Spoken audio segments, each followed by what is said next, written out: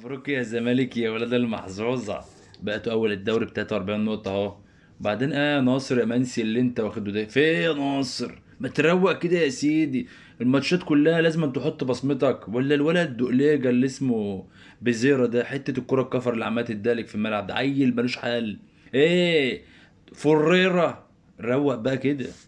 ها وأنت يا قفشة؟ عليه. ده انا كنت وعدك ازيك يا بفرختين قفشه؟ قفشه فرختين؟ مشويين، مالكش نصيب ليه فيهم كده يا بقى. قفشه؟ انا القاضي كنت ايه؟ قلت انت لو كسبت الاتحاد وجبت القضيه هبعت لك الفرختين، بس مالكش نصيب يا قفشه، مالكش نصيب. وبعدين ما ترجعوش تتكلموا عن التحكيم بقى.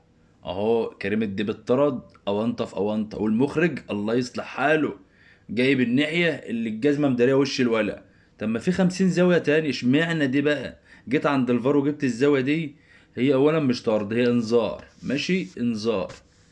ما يا عم برضه مشيت معاكم برضه ما ترجعوش تتكلموا بقى. مش هنقول، خلوها كده تمشي حبي. تنساش المهدي، كلمة السر عندكم المهدي شالكم. شالكم الاتحاد كان هينسفكم، بس المهدي شالكم.